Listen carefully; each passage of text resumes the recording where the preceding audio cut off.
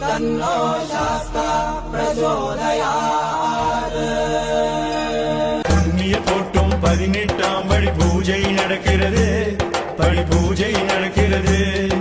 பூதநாதனின் திருவடி சரண கோஷம் ஒழிக்கிறது. மந்திர கோஷம் ஒழிக்கிறது. புண்ணிய போட்டும் 18ஆம் படி பூஜை நடக்கிறது. படி பூஜை நடக்கிறது. பூதநாதனின் திருவடி சரண கோஷம் ஒழிக்கிறது. மந்திர கோஷம் ஒழிக்கிறது.